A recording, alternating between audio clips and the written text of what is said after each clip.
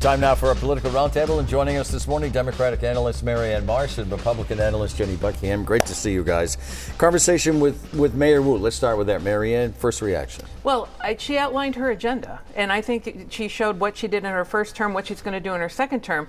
But to get that done, you have to appreciate the fact she's the most underrated politician in Massachusetts history. She won, when she ran for mayor the first time, she won every ward but one. She runs this time, she wins all the wards and crushes Josh Kraft by 45 points and gets every city councilor she supported onto the council to help her do that, defeating the proxy fight she had with Marty Walsh. So she's going to get a lot done, and she's got all the tools now to do it. Given that, do you believe she'll finish her second term as mayor of Boston? Yes, I do. 100%, no question. Jenny. So I'm tempted to throw a No Kings rally on City Hall Plaza, but I won't. I mean, all credit to her for her huge win and getting rid of her opponent and all those things. What I didn't hear her talk about was the business community. She talked about everyone else and the cities for everyone. She didn't talk about what she's going to do to make sure that our city is thriving economically, and I want to hear more about that in this term.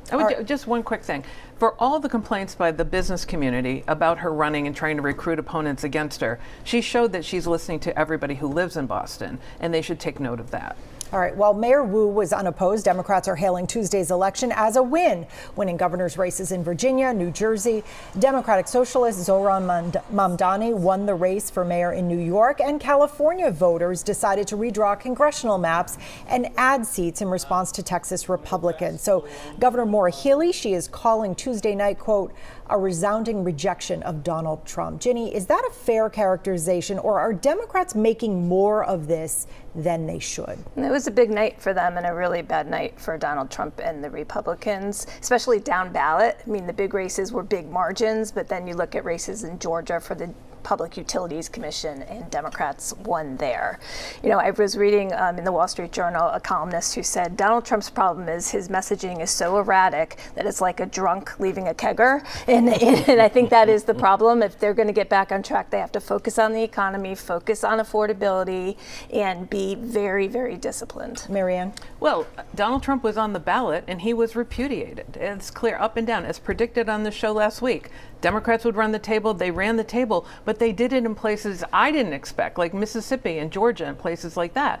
So when you look at that repudiation, other Republicans are saying, wait a minute, I've got to look out for myself now. And I think that's when you're going to start to see the cracks, as we've already seen this past week on all of this. But the fact that Democrats hung tight, focused on the cost of living. Everyone has a different solution to it, whether you're Mamdani, Michelle Wu, Abigail Spanberger, or Mikey Sherrill, but everyone's got an answer for it, and that's what voters wanted to hear. Last point.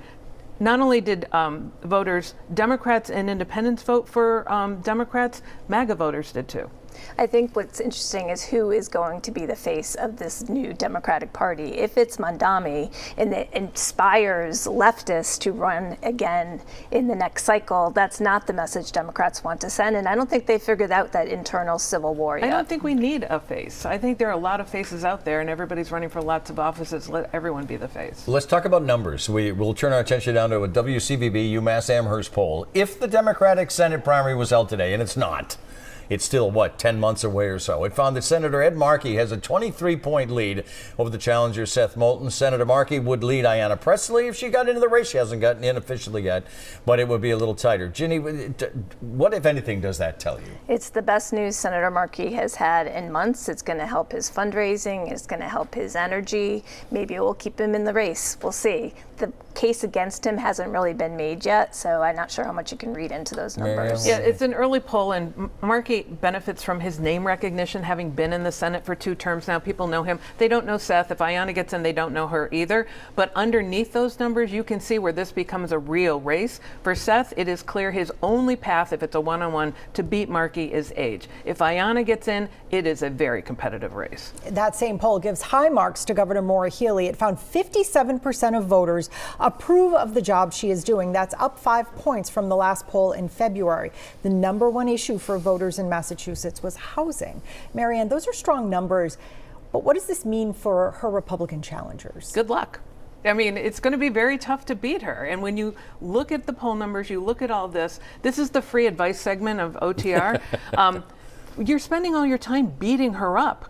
nobody knows you, so you don't have the standing with voters to have your claim stick. And that's true of Shortsleeve, that's true of Keneally. Minogue, he's the only one who's kind of doing it right, but he's spending it all on TV, which is great for Channel 5. But, you know, that's a big difference, and I don't think they understand that. And last point, all the Republicans, but especially Shortsleeve and Keneally, have two albatrosses around their neck. One is named Donald Trump, and the other is Charlie Baker. They're going to have to answer for both of them. Ginny.